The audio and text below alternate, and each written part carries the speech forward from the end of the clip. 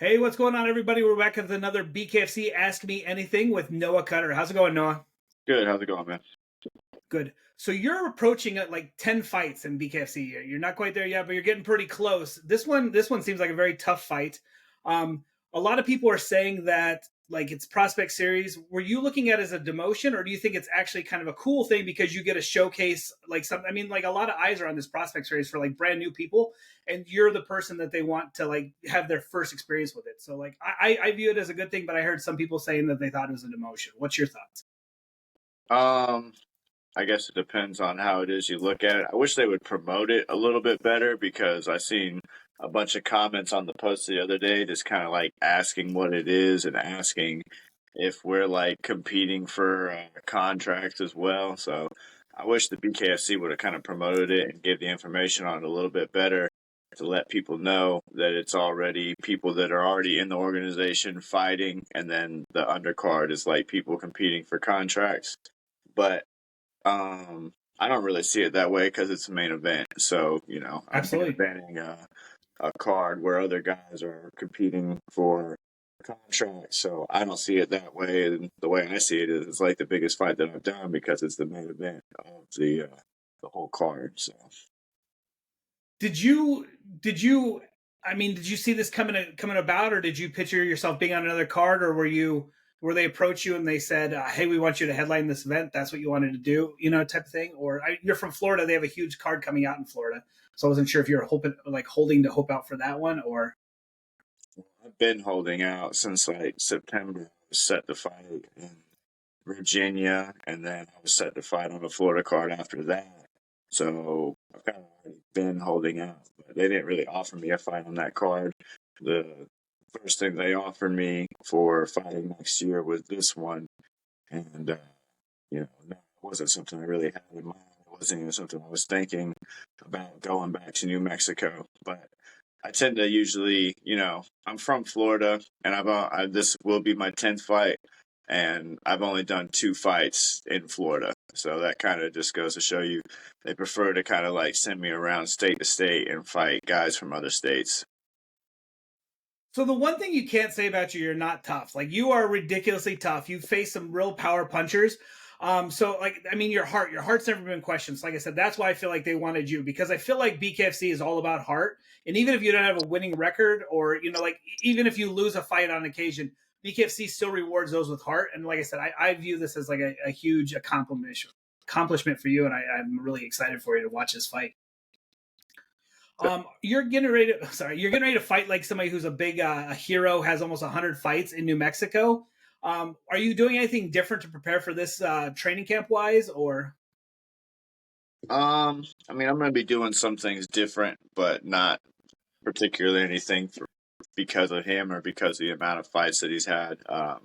He's a good opponent and he's a seasoned vet. He's been to Bellator, and I give him his dues where they're due. But also he's only done two fights with the promotion, and I have to still go back and watch his first fight with the Pitbull. Pitbull? But his last fight, I watched it live when it happened, and I wasn't like in particularly impressed by his performance or anything, which I'm sure he'd probably say the same thing to me about my last performance as well. So it is what it is, and things change. People have good nights and bad nights, but you know the difference is that his last opponent was a common opponent that we both have had a fight against, and I managed to beat him in 2 rounds and knock him down twice, and they kind of went like 5 rounds to kind of a boring decision in my opinion. So I'm not doing any. I'm preparing obviously specifically for different things that he does, and I'm gonna go look to do a fight camp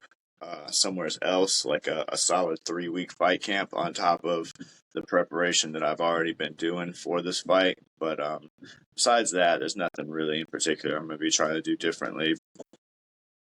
Okay, so you mentioned going back to New Mexico. Was altitude a factor at all in your previous fight? Or are you looking at doing a camp that's at elevation, or that really doesn't concern you? I'm still playing around with options where it is that I'm going to do camp, and Jackson Wink in New Mexico is one of the Okay. ones that's on the table and one of the ones we're considering. But as far as last time, I did some not. I use some elevation and oxygen trainers here in Florida, leading up Okay. to the fight, which I'm going to do again. During the fight, I didn't particularly. I only got to go one round, but the fight that I did Right. there, I didn't feel any kind of particular, uh, you know, like inhibiting my cardio or my ability any. Okay. So as we sit here in chat, I just can't take my eyes off your T-shirt. Kiss my fist. Can you explain what that is? Kiss My Fist is one of my longest running sponsors, my buddy out there in Colorado, and they're a edible sponsor, medical company, Okay. and I absolutely love their products. I never really used edibles before until I started doing BKFC, and it was actually my second fight that I did with Francesco. I had to like basically get plastic surgery done on my lip to close it up. It was split side to side all the way through, Mm. cuts on my cheek, and man, I started eating edibles after that fight, and it just like helps incredibly with your pain and stuff like that. So yeah, they've been rocking with me for a long time, and I really appreciate everything they do. So yeah, Kiss My Fist, they're one of my sponsors. Okay, so you talked about the cut on your cheek and stuff. You are known as a bleeder. I mean, but like it just seems like no matter what, you're kind of like one of those Diaz boys. You have like that your skin just bleeds. Have you had any plastic surgery, or anything to try to reduce the scar tissue, or is that something you're not looking at doing yet, and that'll be down the line? Mm, yeah, no, that's definitely not something I've done, and not something I'm looking to do in particular. I think the majority of everybody is just when you get punched on your eyebrows and around your eyelids, your bones just cut through your skin, especially when it's bone on bone, and especially depending on like the type of opponent that you're fighting and the way that they throw their punches. So, I think getting cut, and the other thing too is that like the reason why it always seems like I'm bleeding a lot in my fights, I've told people this before, is because my opponents usually aren't bleeding a lot. Like even when I win, if I Sure. knock my opponent out, I don't necessarily cut their face up a lot. I aim for their chins a lot of the time and like the beard area a lot of the time. So Okay. obviously when you hit a guy on the chin and try to, spin the jaw and get that knockout, it doesn't cause any cuts. So a lot of the times, like I said, even when I win, I'm a bloody mess and I'm all cut up from my eyes, but sometimes my Right. opponents will get knocked out and then it's Okay, so as you approach your 10th fight, like who would you say is the most power puncher that you faced so far in the BKFC? it would have to be my last opponent, Dakota. Yeah. Yeah, He he's a he stopped me with like one solid shot that was probably harder than any shots that I got hit by. So if I was going to say power puncher, um, it'd probably have to be him. Were you injured in that fight, or is just I mean, it was such a hard shot, like it stopped you, or like I mean, I had heard like that you had like hurt. Yeah, yeah, from the shot. Yeah, I was all fucked up from the shot. I thought I detached my retina from that shot Right. because I couldn't see out of my eye for like a half hour after the fight was Jeez. over. But when I went back home and got checked, I didn't have any. Yeah, it wasn't even any tears in the retina, but Okay. it did a lot of. It just like damaged my sinuses and my eye, and it definitely did damage to my eye, even though it didn't detach the retina or anything. It bursted all the blood vessels in my eye, and Sure. yeah, it just like caused a bunch of like all around my orbital and my nasal cavity right there, and my eyeball itself. Like it really fucked it up pretty good. So, as someone who's taken a big shot like that, you had a lot of people that were saying that Eddie Alvarez kind of took the easy way out because he had when he hurt his eye. Like, as someone who took a big shot like that, you completely understand. Like, I don't think people realize it. Like, if you take another big shot like that, you run the risk of being blind, or you run, you know what I mean, or like something absolutely terrible happened to you. So, I mean, certainly you can like understand why he chose to have his corner stop it. Yeah, I can understand. Quite honestly, I was watching it um, while it was happening, and I didn't really get it when it happened. I was kind of surprised that they stopped it but I think it was also watching it live. Like he did so well in that first round, Absolutely. you don't really realize the damage that he received in the second round, and Yeah, I think he said he broke his orbital, huh? Yeah, I think he said he had like two fractures in his orbital or Yeah. something. See, So I never yeah. even went and got X-rayed, but I wouldn't be surprised if I cracked some of my orbital or some of my mandible. Okay. But yeah, it all just depends, man. Like that shot that I took, I lost vision in my eye, and I felt like it was really fucked up. Not only that, but my nose was also really fucked up. He broke my nose really bad.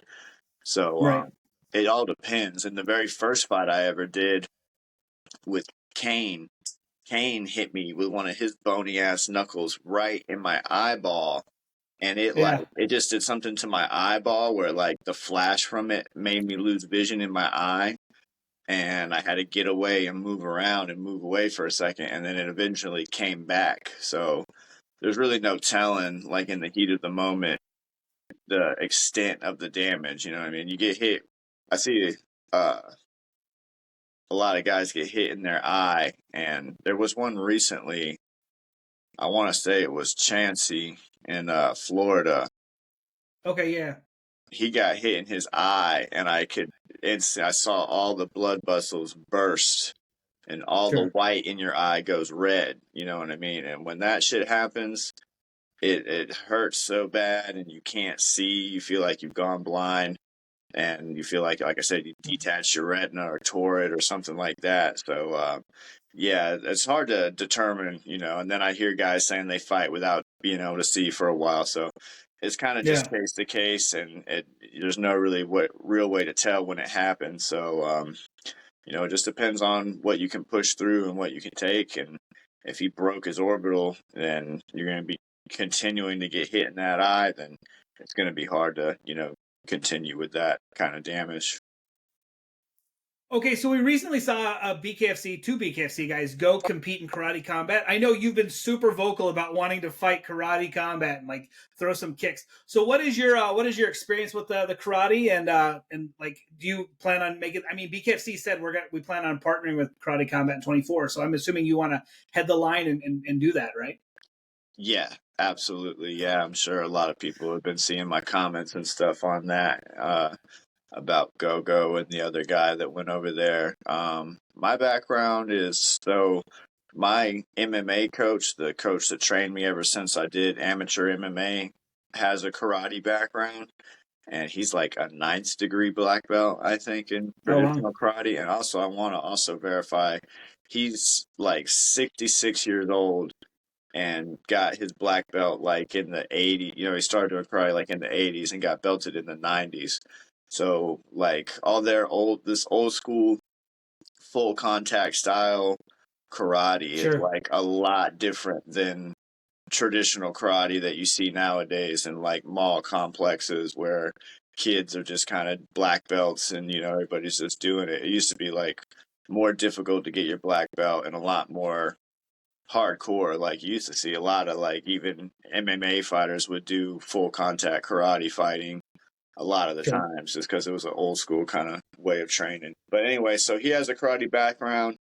I think it was just this last year, I got my black belt. They awarded me a second degree black belt for 12 years of training under his tutelage. So I got a second degree black belt, and it's just basically kickboxing style karate, karate style kickboxing. And yeah, man, I would love, ever since they've been doing karate combat, I've wanted to go over there and compete in that. Of course, I don't have management, so I don't really have like great representation to get my foot in the door other than just fighting for BKFC. So Sure. maybe now that they're going to do a cross promotion with BKFC, I could go over there, like some of the other fighters have done for the boxing before, and kind of like get Mm-hmm. co-promoted as a BKFC fighter and go fight in karate combat. And Go would be a great match for my first fight. Yeah, I completely agree. And like I said, we don't know exactly what BKFC and Karate Combat have in plans, but like, absolutely, I think it'd be fantastic. Have a current guy go fight over there and fight. Oops. He's like, Sorry, I got another I didn't stick. mean to interrupt you. You're good. I just had this thought too. This was my thought too, was that they were going to have BKFC guys go over there and do karate, but if they do a cross promotion, they might take some karate combat guys and have them come fight in BKFC and do a bare knuckle Muay Thai fight like they just did over in Thailand. Sure. Because they could do that too, just take the gloves off and then have the kickboxers come and fight in BKFC all the same. So you don't care if it's Thai or karate, you just want to fight somebody. No, I could do either one of those. I mean, Muay Thai, you know, and even when they did that Muay Thai fight in bare knuckle, it really wasn't a Muay Thai fight because they didn't sweep each other. They weren't supposed to be sweeping each other. So it's really just kickboxing. I mean, you know, Dutch kickboxing is punching and kicking, and they actually don't elbow or knee, but they can knee in karate combat, but I don't think they elbow. Right. No, the other thing that I think would be cool is if you say you do get a matchup with Gogo, like you fight in karate combat there, and then maybe Gogo fights in BKFC. You guys have, you know what I mean? Like it'd be kind of cool to do like two fights, you know, the same opponent for two fights. That could be cool too. Yeah, I've thrown that idea around too. I would like to do that with, I think, James Vick fights in karate combat, and I think he was scheduled to fight in BKFC at one point, but it fell through and he never did a fight over there. So I think I've proposed that idea too. Like, let me go fight James Vick in karate combat, and then we both come over and do a fight in bare knuckle. That'd be freaking awesome to watch. That'd be cool. Yeah, he's a little bigger than I am, but I could do it. Yeah, I mean, you fought Blake, so what do you care about fighting people that are bigger, right? Or are you talking about Blake's weight? really not that big, though, man. He's just really tall. Okay. He's not very big. You know, Dakota is actually like a bigger human being than Blake is. Got it. So who do you train with? Like, how did you get into BKFC? I mean, I know the karate thing, but I mean, who did your karate coach was like, hey, let's fight bare knuckle, or how did that come about? Yeah, so it was kind of basically like my idea, obviously, to get into it. And then when I began training for bare knuckle, I started going to a traditional boxing gym and began to box for the first time in my career. I always just kickboxed. You know, training for MMA, I always did kickboxing, so mainly training at like Muay Thai gym or kickboxing gym, and then jiu-jitsu, so training at a jiu-jitsu gym or a place where you can get some wrestling and stuff like that. But I never trained traditional boxing until I started bare knuckle fighting, and I think I trained for like 1 month at a boxing gym before I did my first fight. And yeah, I went up there and won. So traditional boxing, yeah. And now I'm getting away from the traditional boxing gym and getting more looking towards training more specific bare knuckle training. Okay, so but like I mean, you saw like a bare knuckle fight and you said that's what I want to do, and then you went and joined a gym, and then a month there, and then you're fighting in the BKFC, or so if you want to know the real way that I got into it, or the way that I really like, and I can tell you the fight itself, which also ended up kind of coming to fruition, was I was watching it on my phone. I thought, man, I could do this. You know what I'm saying? Like, it was kind of just like the karate combat when BKFC came out. I started watching it.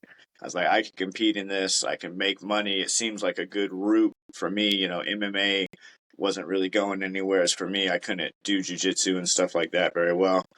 I watched Caleb Harris, the fight where Caleb Harris knocked out Vicente. What was his name? I can't remember. It was that knockout of the night where he knocked that big guy. knockout, right? Yep, yeah. It plays all the time. I watched that fight, and I was watching it, and I was like, these guys are 165, and I said, whoever wins the fight, I would call out a fight against that person. And Caleb won the fight. He knocked that dude out, you know, viciously. And I literally messaged David Feldman on Instagram that night and BKFC and was like, I'll fight Caleb Harris because he just got a nice knockout. Nobody's probably going to want to fight him. He's in my weight class. I'll do that fight. And David Feldman actually messaged me back shortly afterwards and asked me where I lived.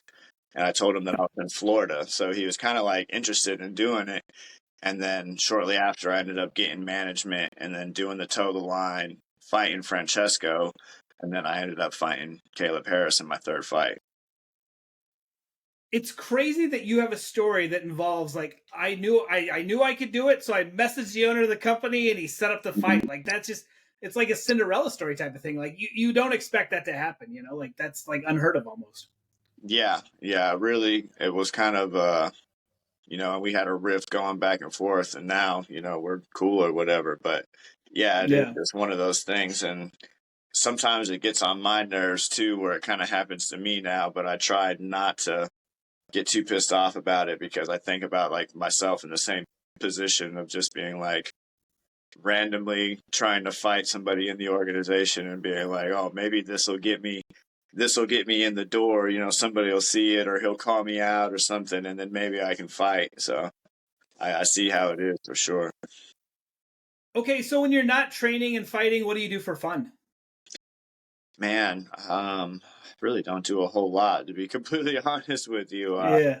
My job is doing beach work on the beach. I do bonfires on the beach, so Oh, spend a cool. lot of times on the beach. Right now we're not working because it's not the season for it.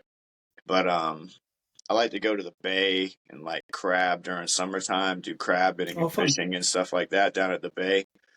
But that's about it, man. After I fight, when I get money put aside, I like to go to a show, like go to a comedy show or go to a concert or something like that, or go to a fight. I'm probably going to go to the fights after New Mexico. I'm going to go down to the Florida Card and watch those fights and get a nice little room and basically take a vacation. But I don't do much, man. I really just stick to fighting. Like I got 2 DUIs when I was younger, so I I mostly just stay home and train, and that's about it. So I back in high school, I got into taekwondo, and the reason I got into taekwondo was my instructor picked up a DUI, so he had to start teaching at the school, and I signed up for it, and then I got into that, and then I got into kickboxing, and then I mean, so that was my progress, and then I got into MMA, but I blew up my shoulder, so I don't do that anymore. So I just interview you guys and work with alligators, but so the beach work that sounds cool, like, and how what made you get into it's an outdoor job. It's nice all the time. So what do you do when like you're not like working at the beach? You know, like you said it's not the season for it right now. Well, right now, yeah. So Christmas time, winter time is always like a rough time of the year. If I'm not fighting or if I don't have a fight set up right at Christmas, then it's kind of like I'm not working.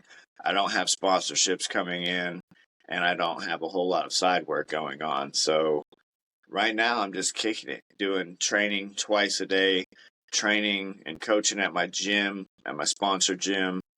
Um, and that's it. I sit around, I watch video, and I watch, technique, and I map out my training, and I map out my kickboxing students' training for the week, and just study different combos, different angles and techniques, different things that I want to implement in the fight against a certain opponent that does particular things.